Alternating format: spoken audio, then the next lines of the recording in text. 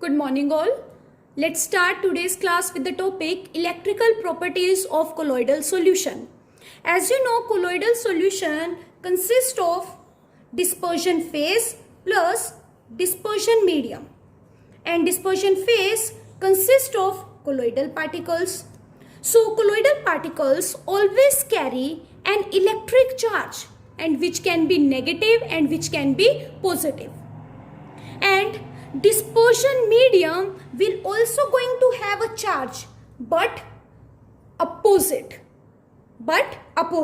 If dispersion phase is negative, then dispersion medium will be positive. That means dispersion medium will carry equal and opposite charge. But overall, the colloidal solution will always be neutral. Now let us study which can be positively charged sol and which can be negatively charged sol. First, positively charged sol. Hydrated metallic oxide like Al2O3.XH2O, CrO3.XH2O and Fe2O3.XH2O, etc. They all belongs to positively charged sol. Second, basic dyes like methylene blue. Third, hemoglobin. Fourth, oxides like titanium oxide sol belongs to positively charged sol. Next is negatively charged sol. First, metal sols like copper, silver, gold, they all belongs to negatively charged. Second, metallic sulfides like arsenic sulfide, cadmium sulfide, they all belongs to negatively charged. Third, acidic dyes, they all belongs to negatively charged. Fourth, sol of starch, gum, gelatin, clay, charcoal, etc. They all belongs to negatively charged sol. Now let's study the origin of charge. The charge on the sol particles is due to one or more following reasons. So the first reason is electron capture by particles from air during electrodispersion in Briggs arc method that we have already discussed. Second, due to the preferential adsorption of ions from solution. Preferential adsorption means the ability of the colloidal particle to absorb the ions of the electrolyte on their surface and is responsible for the presence of charge on the particle. If colloidal particle absorb positive charge ions, then they will give positively sol. If colloidal particle absorb negatively charged ions, then they will going to give us negatively charged sol. For example, if we will mix AgNO3 in Ki solution and Ki is present in excess, then we will get AgI plus KNO3, that is double displacement reaction. If we will mix AgNO3 in Ki solution and Ki is present in excess, then we will get the precipitate of AgI, or you can say sol of AgI plus KNO3, which is soluble in solution. Now this sol, that is AgI will going to absorb the common ion present between these two. The AgI will going to absorb the common ion present between these two. Now as you know, the common ion between these two is iodide ion. So AgI will going to absorb the iodide ion on this surface. And iodide ion having a negative charge, so it will going to give this sol a negative charge. If we will mix Ki in AgNO3 solution and if AgNO3 is present in excess, then again we will get the precipitate or the sol of AgI plus KNO3, which is soluble in water. Now this AgI will going to absorb the common ion present between these two. Now as you can see, the common ion is silver, that is Ag, and Ag is having positive charge. So this AgI will going to absorb the positive charge and this will going to give the positively charged soul. Now, as you can see, in the first case we left out with potassium and in second case we left out with nitrate ion. So these two ions will remain in the dispersion medium to balance the or to neutralize the colloidal solution. Now, when one type of ion is absorbed on the surface of the colloidal particle, it form a fixed layer. Again, when one type of ion of the electrolyte are adsorbed on the surface of the colloidal particle, it form a fixed layer, and then it will going to attract the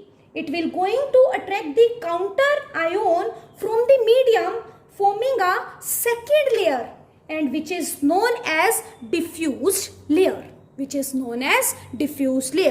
Now, as you can see here, a negative charge is present and a positive charge is also present. So this double layer of opposite charges is known as Helmholtz electrical double layer. As a result, between these two, a potential difference will develop. Due to this negative and positive charge, a potential difference will develop in between them, and that is known as zeta potential. Now, let's study our next term, that is electrophoresis. Electrophoresis is the movement of colloidal particle under the influence of electric field.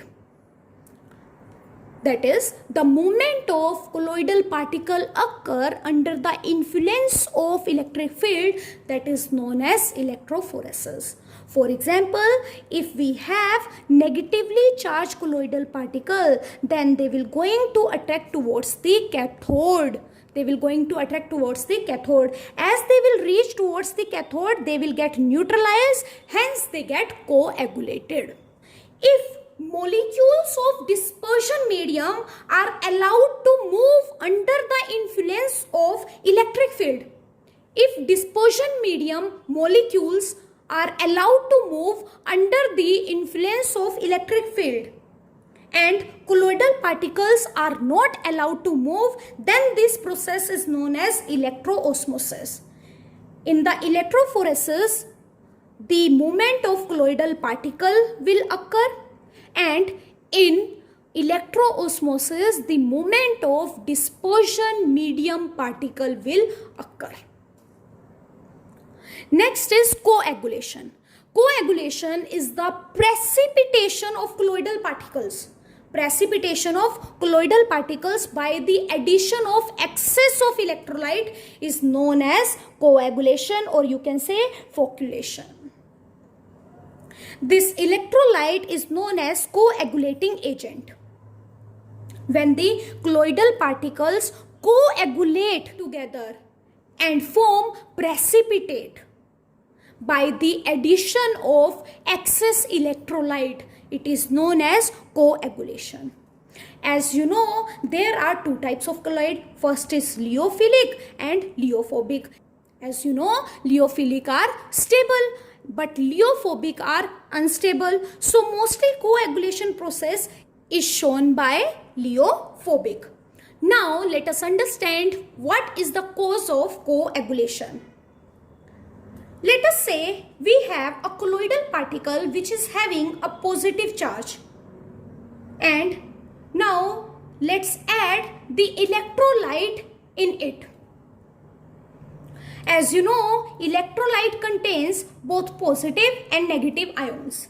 Then this colloidal particle will going to be neutralized by the ion of electrolyte which is having the opposite charge. It means this positive charge will going to be neutralized by the negative ion of the electrolyte. So the neutral colloidal particle come close to each other and settle down and change in PPT.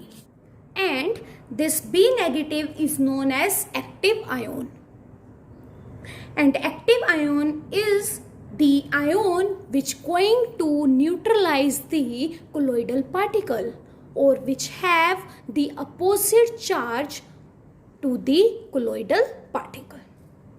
It is also known as effective ion. Now let us learn about the flocculation value, the minimum concentration of electrolyte in millimoles which can cause coagulation of 1 liter colloidal solution in 2 hours. So its unit will be millimole per liter. Now let us understand our last topic, that is Hardy-Schulze law. The ion carrying opposite charge to Sol particle can cause coagulation. This we already know. Second, large the charge on the ion, faster is the coagulation. Again, larger is the charge on the ion, faster is the coagulation.